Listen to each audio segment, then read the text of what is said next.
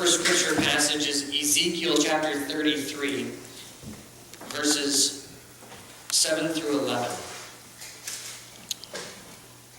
Ezekiel chapter 33, verses 7 through 11. Son of man, I have made you a watchman for the house of Israel. So hear the word I speak and give them warning from me. When I say to the wicked, O wicked man, you will surely die, and you do not speak out to persuade him from his ways, that wicked man will die for his sin, and I will hold you accountable for his blood. But if you do warn the wicked man to turn from his ways, and he does not do so, he will die for his sin, but you will have saved yourself. Son of man, say to the house of Israel, this is what you are saying.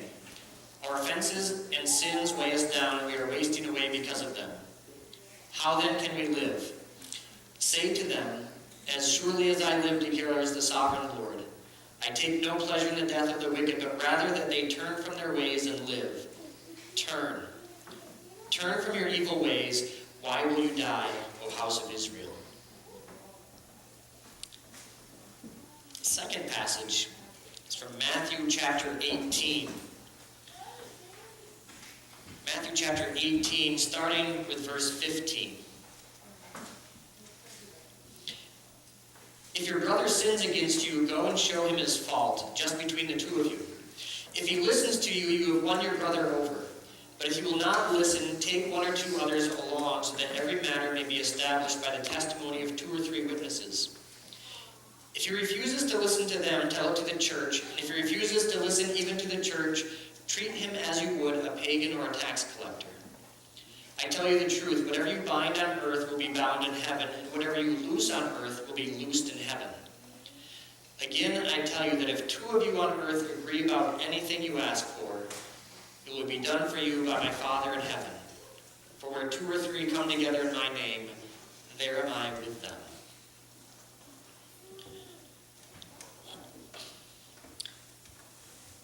We're going to get to these passages by way of Exodus.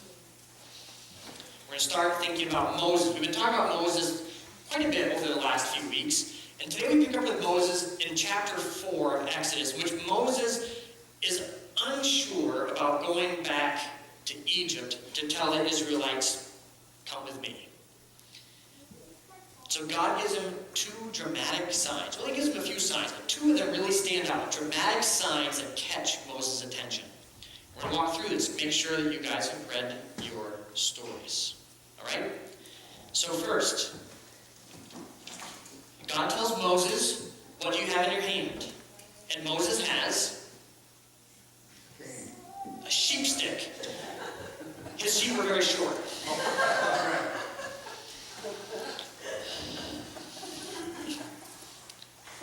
Careful, Moses is an 80 at this point, all right?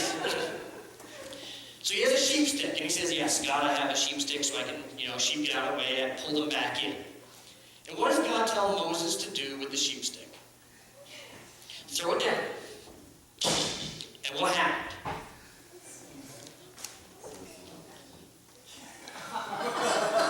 Is that good? How was it ready? Wow. A snake. And so once the snake starts slithering around, this is very important to catch, because this tells us a lot about how to respond in life. We're told that Moses ran, right? Do you remember that part? Okay, here we go. This is important. So he threw it on the ground, and it became a serpent, and Moses ran from it. Once again, demonstrating run from snakes. So when I run away from a snake, don't laugh at me. I'm just following the scripture.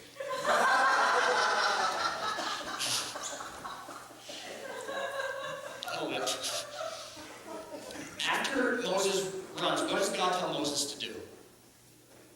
Pick it up. How is he supposed to pick it up?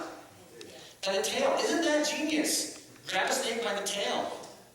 See what happens. And then what? And then when he does that, what happens? It's a sheep stick again. Then God tells Moses to take his hand, put it inside his cloak, and he pulls it out. Leprous, right? Some sort of skin disease. He puts it back in, takes it out, and it's healed. Think about these things. This is very ordinary. The skin disease is a common sort of thing. God tells Moses to do something take something very ordinary, and God makes it extraordinary. Think about what God is going to be doing with the plagues in Egypt. Gnats, flies, very common, ordinary things. God will do the extraordinary with. Now, after these signs, I think, if I was Moses, I think I'd be kind of impressed, maybe a little bit more ready. We know that Moses complained a little bit more. But before Moses went back to Egypt, he did one more thing. Verse 18 of chapter 4. Moses went back to Jethro, his father-in-law, and said to him, "Please let me go back to my brothers in Egypt to see whether they are still alive." And Jethro said to Moses, "Go in peace." Boy, that's surprising to me.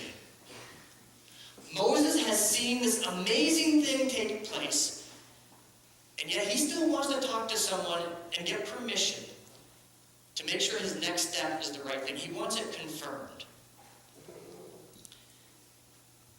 It's interesting that the main character in this story is not the one giving permission, but seeking permission. I wonder if there's something in that for us. Moses, an 80-year-old guy who has tremendous experience at this point, is still looking for permission, is still looking for other people to speak into his life. We're going to take a look at Ezekiel and Matthew today. Not only how can I speak into other people's lives, but how do I make it where other people feel ready to speak into my life? So let's take a look at this one. Let's go to Ezekiel first. The watchman or the sentinel. This lays out a picture in which referring to a truth teller as a watchman. Where would a watchman be standing? Somewhere where he can watch. Yes, a tower, or a gate, some narrow passage where people are going to be going through. So if the bad guys are coming, he can alert the rest of the city, right? How many watchmen do you think there would be? 1,000? 20,000? 3? 2? Not very many, compared to how many people are in the city. Now, when I read a passage like this, I always think that I'm the sentinel. I'm the watchman. And everybody else are the people that listen. What if passages like this should be convicting me to be listening also? I should be ready to speak truth into other people's lives. I should be a truth teller. But I also need to be a truth seeker. We can also think of it in terms of the watchman at the gate. He might be called to be a watchman, but not all 24 hours of the day. He has to sleep. He has to eat. There are other people who will be watching, and he needs to be listening for them. We need to not only be truth tellers, but truth seekers. And this is very true. And in case you're questioning, I brought with me a scale.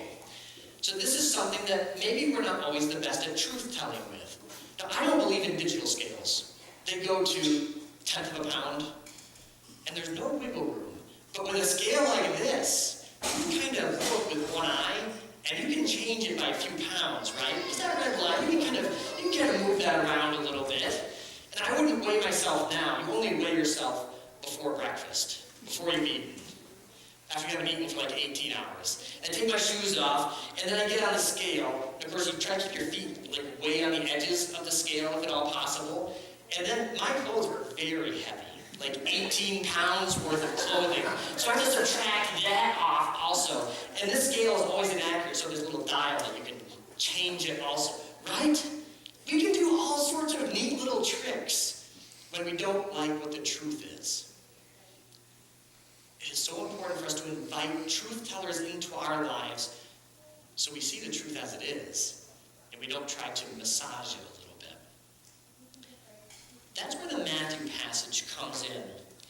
It tells us how to be truth tellers, but within that it tells us how to be truth seekers. In that Matthew passage. Something is important. With the Matthew passage, quite often we jump to the confrontation idea of confronting someone, and we miss the intent of this. What Jesus talked about just before he tells, if your brother sins against you, he tells this story. The lost lamb story. The children's story. And we love telling kids about this. 99 lambs left in the fold, one lamb out there. Jesus goes and gets him. It's this beautiful story that, it warms our hearts. And then we get to this part, it's like, this is confrontation. The intent is to bring the lost lamb back, in which we bring people back to following Jesus passionately. It should be the same care as we think of with this story. Now with this, we're told a few ways to tell truth into people's lives. So if someone has sinned, to tell them directly by yourself, no gossip, right? Where we don't triangulate and tell people, can you believe he did this? We go straight to the person. Then, if that doesn't work, you bring one or two people, you still try to keep it private, and if that doesn't work, then you invite, it brings it to the community. So that's kind of the process to go through. I want to think about, what is the process, if I want to avoid going through this whole thing, what is the process of me inviting someone to tell truth into my life from the beginning? In which I'm surrounded by people that when I start making decisions going down a bad path, people are going to speak into my life and tell truth right away. I think there's three things that stand out in this passage that I think that we'll see is that I need to be approachable, I need to be teachable, and I need to be leadable. And there's a posture for all three of these. And I hope that maybe bring this out a little bit with a story. Is anybody familiar with the name Isaac Watts? If you open your hymnal, you'll be familiar with Isaac Watts, right? Let's see how good you are. Don't look at the hymn titles. That'll be cheating.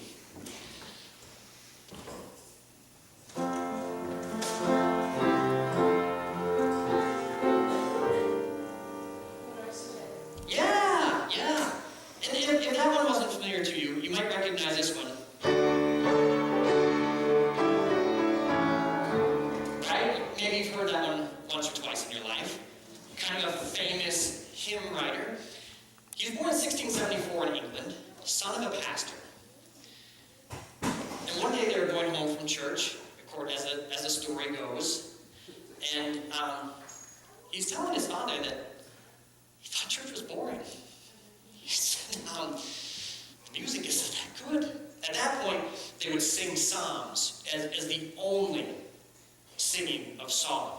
And it was sung a precept, a precenter, not a presenter, but a precenter, would give a starting note, and then everybody would sing the psalm sort of in this monotone sort of thing. And that was the only singing that they would do. And young Isaac thought that was old school and wasn't much on it. So he's telling his dad, and they're like, he's like, come on. His father said this, son, why don't you mend the matter? Why don't you mend the matter? Now, I put myself in his father's shoes, in which he's probably already heard enough complaints about something, and it was his own son. He could have just said, get used to it. It's the way people like it, whatever, or, your upstart organ music, get that out of here. Whatever it might have been.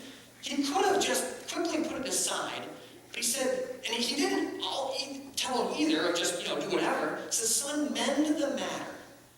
What wise counsel to give. And I wonder if that father had responded differently. What would have Isaac done with writing music? And so I wonder, it wasn't just Isaac being the truth teller of dad. I think something's off. It was the father who was a truth seeker and was willing to have a posture of listening to some criticism that might not have been overly great. So let's think about this. How can we be approachable, teachable, and leadable? With approachable. If your brother sins against you, go and tell him his fault between you and him alone. Question to be honest about. When is the last time someone confronted you? Not about like a bad color scheme. When is the last time someone confronted you about something that was wrong? There's two options. If it's been a while, there's two options. One is you're perfect, and if you think that, we'll talk afterwards. The other is, maybe I'm not approachable. There's an interesting thing with being approachable. I think with the people closest to us, we can be bristly. Now we know as Christians we're not supposed to blow up and explode. We can kind of contain that quite often, but we can be bristly. You know, when I'm told that, maybe I could have helped clean up a little bit more somewhere, I can be a little bristly in response of how busy I am, how important my day is. Or maybe if someone sort of says something of, maybe you're being bristly, maybe I'll bristle a little more. Maybe we don't think about it much, but our response isn't so much, son, mend the matter. We're a little more bristly and defensive. If I'm going to be approachable, I need to be very careful with the people who are closest to me, who know me the most, that I'm not bristling. If I'm doing that, I'm breaking the whole Matthew 18 system. Individuals will not feel comfortable coming to me and saying, hey, I think this is off. Who wants to be rubbed with metal bristles? There's not a long line for that. Am I approachable? And when it comes to approachable, we can also go to not being truly approachable. Like, we can have people come to us and tell us things like, I think you need to wash your car. Or, things that, thank you for speaking truth into my life. I feel better. That's like having a bunch of flashlights without any batteries in them. You have something that could be shining light on problems in your life, but it's really not working. The Greek word behind tell his fault, it's electro, which is not a kind word. It is a very direct, very personal confrontation. It's not gentle, it's bringing the wrong to light and demanding a correction. Wow, that's pretty intense. Do I invite not only people to speak into my life, but to speak directly?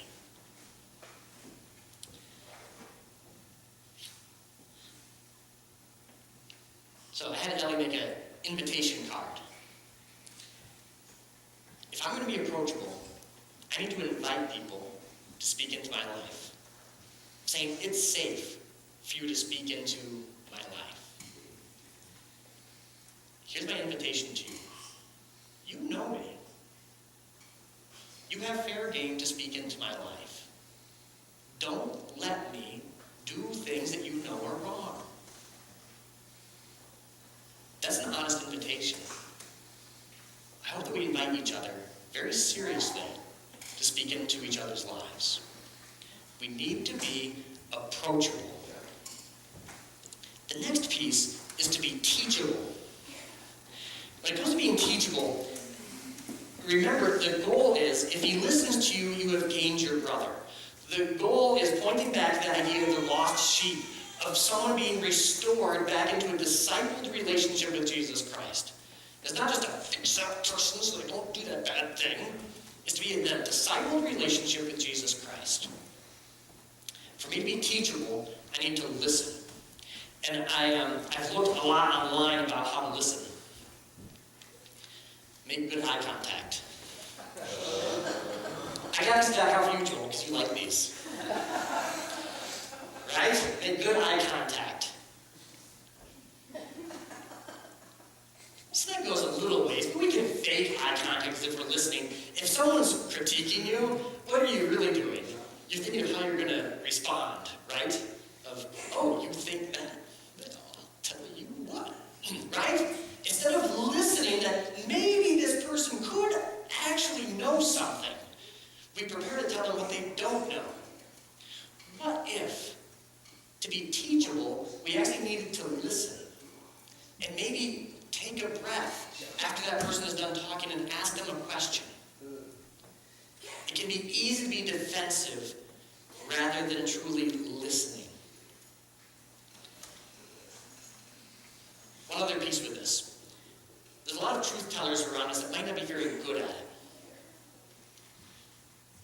A story of a long time ago, I played at a service at church, and afterwards this elderly friend came up to me, and she started swearing at me. Calling curses down upon me, in church nonetheless. And it was about my piano playing. And she was brutal. She tore me apart. Now, should she have been swearing? No. Swearing in church usually isn't culturally acceptable either. However, she was right. She was concerned about me breaking the piano, and I break strings occasionally. I was playing in a way that it was all about me and not about the congregation. And she was expressing to me very directly how I was consumed with myself rather than the congregation. Now, she presented it horribly. And when she was done, I was able to, all right, whatever. But when I thought about it, she was right. Here's a key piece about being teachable. We shouldn't always expect the person bringing truth into our life to have it exactly right. There's a difference between giving offense and taking offense. Now, we should not go out of our way to give offense. But even if someone is offensive in how they tell me the truth, I don't need to take it all as an offense. I mean, I shouldn't be a doormat. But at the same time, I should listen. Even if that person does not present it well, I should listen for truth in that. If I'm going to be teachable, I'm going to listen well. Last piece is to be leadable. The last couple of verses here. Again, I say to you, if two of you agree on earth about anything they ask, it will be done for them by my Father in heaven. For where 2 or 3 are gathered in my name, there am I among them. This is a promise that Jesus' presence is with us in a very unique way when we're gathered in community. This is also, from a practical standpoint, a way to avoid cognitive dissonance. Cognitive dissonance. I have a definition. Cognitive dissonance is a state of tension that is produced when an individual experiences conflict between attitudes and behavior. I'll explain it better. Say I'm on a diet, and I'm driving past a donut shop that makes their own donuts. And these are amazing donuts. But I realize I'm on a diet, and so I think, no, I pray. I say, God, if it is your will, I will only stop and get a donut if there's an empty parking space. Right? And sure enough, after I drive around that donut shop 6 times, there's a space that's open, and I know I'm supposed to get a dozen donuts. That's cognitive dissonance, in which I know something should be a certain way, but my behavior doesn't match it. How often do we do that with God's will when we're on our own? And we love to drop that will. Do we ask people to truly speak into our lives? Moses was willing to do that. Moses had experienced these amazing miracles, but he still wanted to talk to someone who was trustworthy. And we know later on that Jethro spoke truth into Moses' life. He's willing to ask somebody, speak into my life. I hope the same is true for us. I hope that we listen to this call very carefully to be truth tellers in a culture that doesn't like to accept truth. But at the same time, that we are truth seekers, in which I invite people into my life to speak truth. Question for you. Who is your truth teller? Who have you invited into your life to help you know what is truth? And the last piece, am I approachable, teachable, and leadable? Let's pray. Father, thank you for truth. Thank you that there's truth that we can seek, that we can find, and that it is from you. Please guide us, and please help us to see the people that you've placed in our lives